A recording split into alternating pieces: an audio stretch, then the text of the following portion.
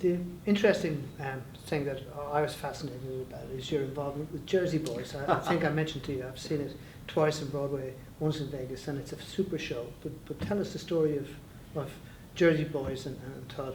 Yes. Jersey Boys. I was born in Manhattan, and when I was a young child, my parents moved to the Jersey Shore.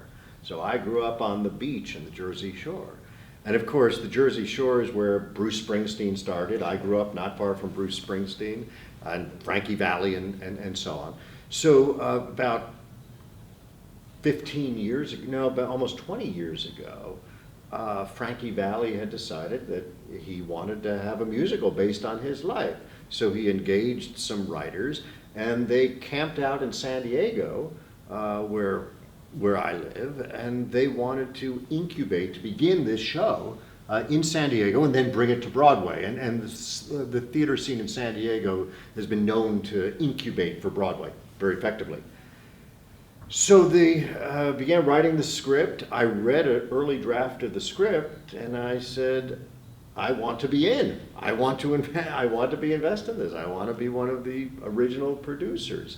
And I was lucky enough, because at that time no one heard of the show. Frankie Valli was seen as some, old-time act from the 1960s.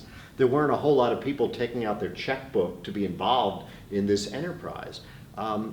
But what got me hooked on it was not necessarily the music, but the script and the story, the mafia connection, the striving, the failure, the arc.